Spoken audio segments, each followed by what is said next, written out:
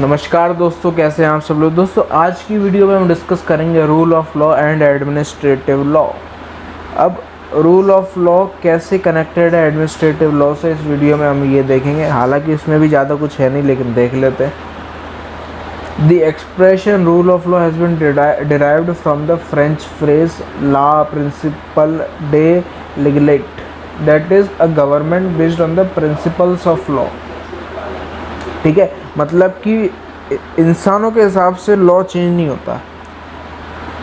Law हमेशा हर किसी के लिए एक जैसा है, और जो गवर्नमेंट है वो लॉ के प्रिंसिपल के हिसाब से ही चलेगी। रूल ऑफ लॉ बेसिकली मोटा मोटे तरीके से ये बात करता है। आपने वैसे पढ़ा होगा, अगर कॉन्स्टिट्यूशन देखा हो तो रूल ऑफ लॉ तो मेन चीज़ है। अब प्रोफेसर डाइसी के 3 मेन प्रिंसिपल्स थे रूल ऑफ लॉ के, कि रूल ऑफ लॉ बेसिकली होता क्या है, किस तरीके से रूल ऑफ लॉ वर्क करता है। 3 प्रिंसिपल हैं। सबसे पहला supremacy of law, equality before law और प्रीडोमिनेंस ऑफ लीगल स्पिरिट।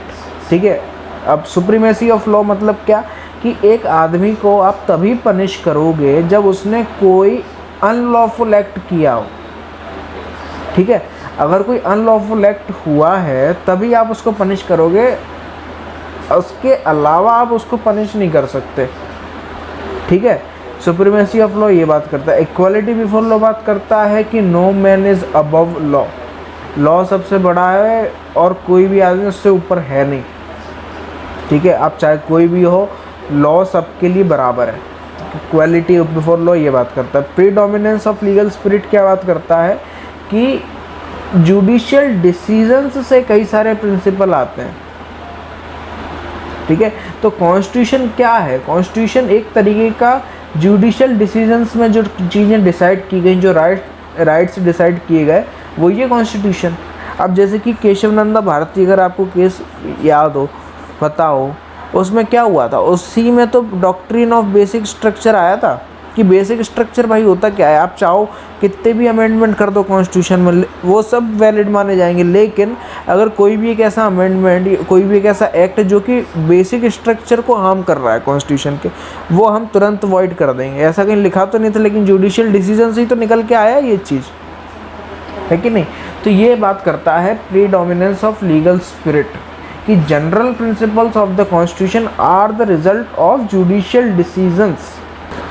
अब वो सब तो बात हो गई, लेकिन ये जो रूल ऑफ लॉ है, ये एडमिनिस्ट्रेटिव लॉ से किस तरीके से आपस में कनेक्टेड है ये सब चीज़ें। ठीक है, तो क्यों नहीं हो सकते। देखो आप, बिल्कुल सुप्रीमेसी ऑफ लॉ है। जैसे कि अपन ने क्या बात करी कि सुप्रीमेसी ऑफ लॉ क्या है, कि एडमिनिस्ट्रेशन को ये बोला गया है कि आप किसी भी तरीके की कोई आर्बिट्रेरी पावर यूज़ नहीं करोगे। ठीक है, आप किसी भी तरीके की आर्बिट्रेरी पावर यूज़ नहीं कर सकते हो आप। तो सुप्रीमेसी ऑफ लॉ में तो ये बात हो गई। इक्वालिटी बिफोर लॉ में क्या बात हुई है, कि इक्वालिटी बिफोर लॉ मतलब क्या, कि हर एक आदमी लॉ के लिए सेम है, तो एडमिनिस्ट्रेशन भी लॉ के लिए सेम है। तो एडमिनिस्ट्रेशन को भी आप जुडिशियल रिव्यू में आप डाल सकते हो।